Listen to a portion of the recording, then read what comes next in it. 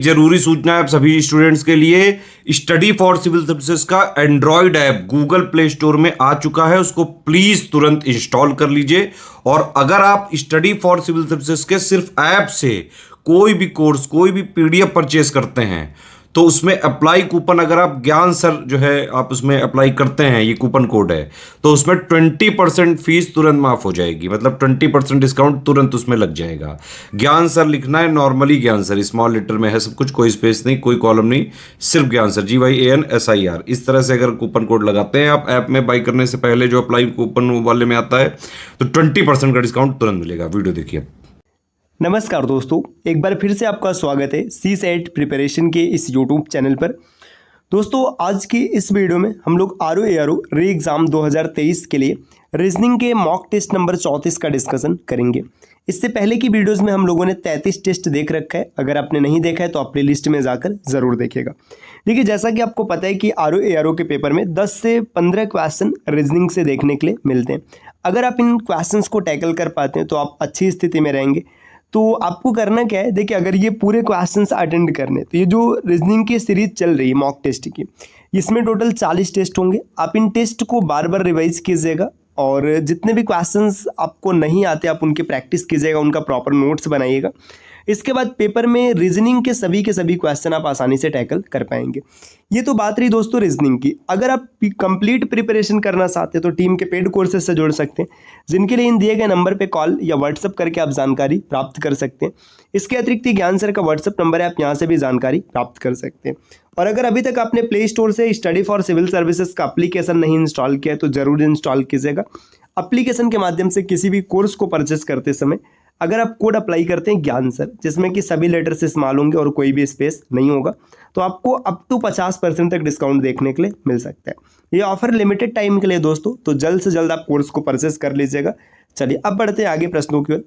पहला प्रश्न यहाँ पर दिया है, राजीव की एक तस्वीर को इशारा करते हुए एक महिला नीना से कहा, उसकी बहन के पिता मेरे ससुर के इकलौते पुत्र हैं। नीना राजीव से किस प्रकार संबंधित है? देखिए, राजीव की तस्वीर को इशारा करते हुए एक महिला नीना से कह रही है। महिला ने मतलब नीना ने क्या कहा? देखिए, उसकी बहन, समझिएगा यहाँ पे राजीव है ना, ये राजीव की बहन हो गई, के पिता, ये पिता हो गए, है ना, मेरे ससुर के इकलौते पुत्र। देखिए, ये जो महिला बोल रही ना, उसके ससुर, ससुर मतलब ये समझिए, ये जो आदमी है ना, इस महिला के ससुर का इकलौता पुत्र है। मतलब नीना यहाँ पर आ गई, है ना, इसके बाद इनके ससुर हो गए। अब यहाँ पे पूछा जा रहा है कि राजीव नीना से किस प्रकार संबंधित है। यहाँ पर राजीव है ना, और यहाँ पर क्या है, यहाँ पर नीना है। तो देखिए राजीव, अच्छा, ये पूछा गया कि नीना राजीव से किस प्रकार संबंधित है। तो देखिए, नीना ये है, ये राजीव है, ये इसकी मम्मी है। तो विकल्प सी इस प्रश्न का उत्तर हो जाएगा माँ, है ना।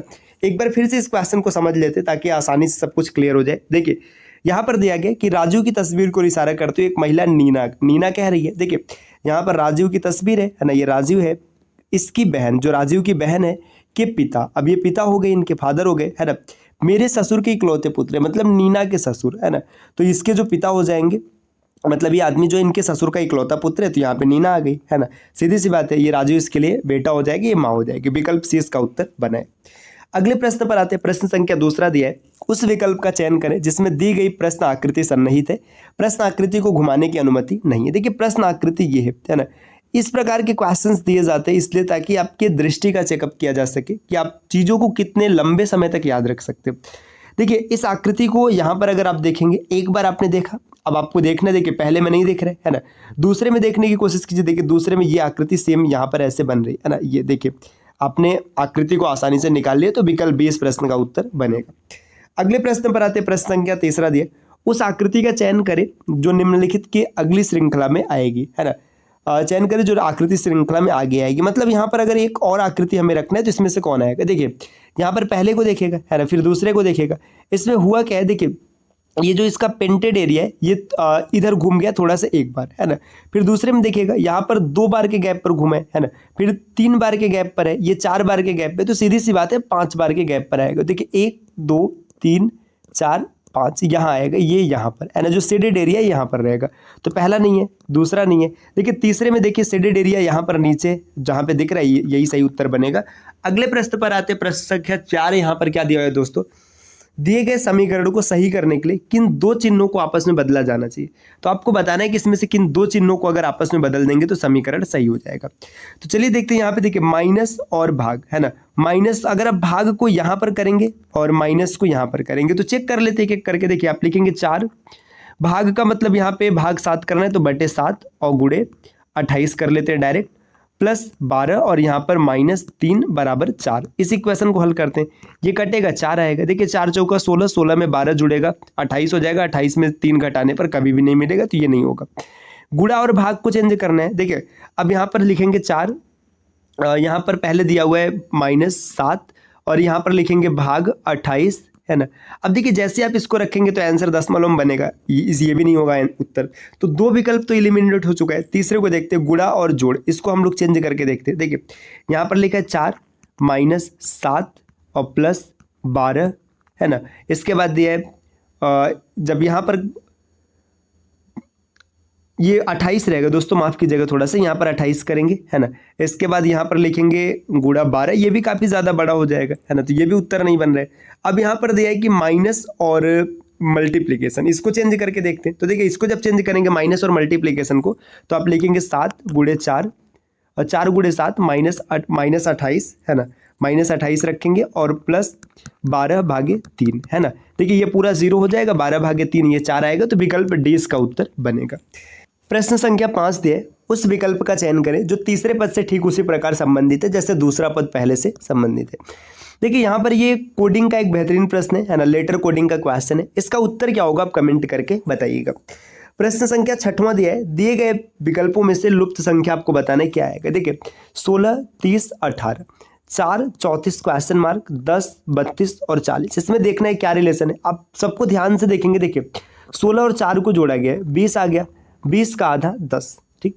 30 और 34 को जोड़ने पर 64 मिला, 64 का आधा 32। तो इसी प्रकार आप लिखेंगे 18 + x है ना, इसका बटे 2 करेंगे तो आपको मिलेगा 40, ठीक। यही होने वाला है, 18 मतलब इन दोनों को जोड़ेंगे और इसका आधा करेंगे तो 40 मिलेगा। अब इसको इधर ट्रांसफर कीजिएगा तो 18 + x बराबर 80 हो जाएगा। 18 प्लस से इधर आएगा क्या हो जाएगा, माइनस हो जाएगा, तो x बराबर आपको मिल जाएगा 62। इसका सही उत्तर बनेगा विकल्प बी डी। अगले प्रश्न पर आते, प्रश्न संख्या 7 दिया है, राहुल की आयु उमर की आयु के 3 गुनी है। 3 साल पहले अंबर की आयु राहुल के आयु से आधी थी, अब से 4 वर्ष बाद राहुल 43 वर्ष का हो जाएगा। अंबर और उमर की वर्तमान आयु कितनी है। देखिए यहाँ पे क्वेश्चन को ना आप इक्वेशन बना के करेंगे काफ़ी लंबा बनेगा, आप इसको ध्यान से देखिए ना। दिया है कि अब से 4 वर्ष बाद राहुल 43 साल का हो जाएगा, है ना। 4 वर्ष बाद की बात है, तो प्रेजेंट में अगर राहुल की बात करेंगे तो प्रेजेंट में राहुल 39 साल का है, ठीक है। राहुल की उम्र लिखी जा रही है क्योंकि पूरी कहानी राहुल के आसपास घूम रही है ना। अब अभी राहुल की उम्र 39 साल है, राहुल की आयु उमर की आयु की 3 गुनी है। बात समझ में आ रहा है, अगर राहुल 39 साल का है तो उमर कितने साल का हो जाएगा, 13 साल का हो जाएगा, ठीक। आगे बोला जा रहा है कि 3 साल पहले जब जाएंगे तो राहुल 36 साल का हो जाएगा। अंबर की आयु राहुल से आधी थी, तो अंबर कितने का हो जाएगा, अंबर 18 का हो जाएगा। विकल्प ए इस प्रश्न का उत्तर बन जाएगा। देखिए कितनी आसानी से क्वेश्चन बन गया, अगर आप इक्वेशन बनाते ना तो एकदम परेशान हो जाते। अगला प्रश्न दिया है, निम्नलिखित शब्दों को तार्किक और अर्थपूर्ण क्रम में व्यवस्थित करने के लिए सही सा विकल्प कौन सा आएगा ये बताइए। देखिए सबसे पहले सबसे छोटे स्तर पर आपको आना है। सबसे आप छोटे को देखेंगे तो सबसे पहले आपको जो मिलेगा यहाँ पर आपको मिलेगा गांव, है ना। गांव मिलेगा, गांव के बाद बनेगा शहर, शहर हो गया, है ना। शहर के बाद क्या हो जाएगा, शहर के बाद हो जाएगा जिला, है ना, जिला बन गया। जिला के बाद बनेगा राज्य और राज्य से बनेगा देश। तो 243-15 विकल्प बी में सही दिख रहा है, तो ये इसका उत्तर बनेगा। अगले प्रश्न पर आते दोस्तों, प्रश्न संख्या 9 है, दी गई आकृति में कितने त्रिभुज है। इस क्वेश्चन को हम लोगों ने कई बार शॉर्ट्स में डिस्कस किया हुआ है ना, 1-2 बार शायद इसका शॉर्ट बनाया गया। तो आप इसमें कितने ट्रायंगल से ये कमेंट करके जरूर बताइएगा। अगले प्रश्न पर आते, प्रश्न संख्या 10 दिए, उस विकल्प का चयन करें जो तीसरे से उसी प्रकार संबंधित है जैसे दूसरा पद पहले से संबंधित है। एड्स वायरस, देखिए एड्स एक वायरस से होने वाला रोग है, तो मलेरिया जो ये प्लाज्मोडियम नाम के परजीवी से होता है, तो इसका सही उत्तर होगा परजीवी, है ना। यहाँ पर विकल्प ए इस प्रश्न का उत्तर बन जाएगा। प्रश्न संख्या 11 दिया है, उस विकल्प का चयन करें जिसमें उपलब्ध संख्या सेट ठीक वही संबंध साझा करते हैं जो प्रश्न में दिए गए सेट द्वारा साझा किया जाता है। देखिए यहाँ पर संख्या कुछ इस प्रकार दी है, 6, 42 और 1890, और यहाँ पर उत्तर विकल्प दिया है। देखिए पैटर्न क्या चल रहा है दोस्तों, 6 है, 6 के बाद 42 कैसे है, या तो 6 × 7 = 42 होगा, है ना, या तो फिर क्या होगा, इसमें ऐसे लिखा होगा 6 गुणे 6 और प्लस 6, है ना। तो यहाँ पर देखिए यहाँ से 42 मिलेगा। अब देखिए अगर 7 वाले पैटर्न पर देखेंगे तो 2 7 14 नहीं, अच्छा 2 तिहाई 6 ये भी सही हो जाएगा, लेकिन ये वाला विकल्प नहीं बनेगा, है ना। 4 पंचे 20 ये भी सही हो जाएगा, लेकिन ये नहीं बनेगा। अब आगे का पैटर्न देखते हैं। 42 से 1890 कैसे बनाए। 1890 में हम लोग 42 से भाग देकर चेक करते हैं, है ना। 42 से भाग देंगे तो 42 चौका और 42 पंचे 45 आ रहा है। अब आगे अगर देखिए 45 का गुणा कराएंगे तो यहाँ पे ये भी गलत हो जाएगा, ये भी गलत हो जाएगा, लेकिन इन दो में से कोई एक ही उत्तर है। तो देखिए 42 में अगर 3 जोड़ेंगे तो 45 आएगा। इसी तरीके से अगर 6 में 3 जोड़ेंगे तो 6 3 9, 9 6 का 54, है ना। यही इस प्रश्न का सही उत्तर बनेगा। अगले प्रश्न पर आते हैं। प्रश्न संख्या 12 दिया है। अक्षरों के उस संयोजन का चयन करें ताकि प्रश्न में दी गई अक्षर श्रृंखला के अंतराल में क्रमिक रूप से रखा जाए तो श्रृंखला पूरी हो जाए। देखिए ऐसे प्रश्नों को सॉल्व करने के लिए सबसे पहले क्या करते हैं, कितने लेटर से इसको काउंट करते हैं, फिर उन्हें डिवाइड करते हैं और फिल करके चेक करते हैं। चलिए यहाँ पर इसको जूम करके सॉल्व करते हैं ताकि आसानी से यहीं पर प्रश्न बन जाए। देखिए यहाँ पर 4 4 8 4 12 16 और 20 24 और 28 लेटर से या तो 7 7 के सीरीज में बटेगा या तो 4 4 के। तो हम लोग इसको 7 7 के सीरीज में बांटते हैं। यहाँ तक 7, है ना, फिर यहाँ तक 7 हो गया था, यहाँ तक फिर से 7, फिर नेक्स्ट यहाँ तक भी 7। अब देखिए श्रृंखला में देखिए ए बी से स्टार्ट है, यहाँ पर भी ए बी, यहाँ पर भी ए बी, मतलब यहाँ पर भी ए बी रखा जाएगा। देखिए A B double C D, है ना। अब यहाँ पे देखिए ए बी डबल सी, तो यहाँ पर डी रख देंगे, है ना। A B double C D, देखिए ये पूरा हो गया। A B double C double D E, है ना। A B double C double D E, है ना। A B double C double D E और A B double C double D E. आपने भरा क्या है, देखिए आपने भरा है डी डी ई, है ना। डी डी ई, या तो देखो ये तो एलिमिनेट हो गया, अब इन तीनों में से कोई एक सही होगा। इसके बाद सी सी बी डी, देखिए सी यहाँ पर नहीं है, देखिए सी सी डी अभी चल रहे हैं, सी सी डी अभी चल रहे हैं। फिर आगे आपने भरा ए बी यहाँ पर है ना। देखिए ए बी यहाँ पर भी है, कोई दिक्कत नहीं है। इसके बाद आपने भरा है डी, इस यहाँ पे देखिए आप देखेंगे तो यहाँ पे 2 बार डी है जबकि आपने 1 बार ही डी भरा है, तो ये एलिमिनेट हो गया, विकल्प डी इसका उत्तर बनेगा। अगले प्रश्न पर आते दोस्तों। प्रश्न संख्या 13 दिया है कि उस अक्षर समूह का चयन करें जो निम्नलिखित श्रृंखला में प्रश्नवाचक चिन्ह को प्रतिस्थापित करेगा। देखिए यहाँ पे प्रश्नवाचक चिन्ह, प्रश्न संख्या 13 दिया है दोस्तों। उस अक्षर समूह का चयन करें जो श्रृंखला में प्रश्नवाचक चिन्ह को प्रतिस्थापित करेगा। जे की प्लेस वैल्यू 10, के की प्लेस वैल्यू 11, एल की प्लेस वैल्यू 12, तो एम की प्लेस वैल्यू 13। आगे देखेंगे ए के बाद ई आई, तो नेक्स्ट ओ भरा जाएगा। एम ओ जी विकल्प डी में है, एम ओ जे विकल्प डी में, यही सही उत्तर बनेगा। अगले प्रश्न पर आते। प्रश्न यहाँ पे डाइस का क्वेश्चन है। प्रश्न संख्या 14 और 15, इन दोनों का उत्तर आपको कमेंट करना है दोस्तों। मिलते हैं आपसे अगले वीडियो में कुछ नए कॉन्सेप्ट के साथ, तब तक के लिए नमस्कार।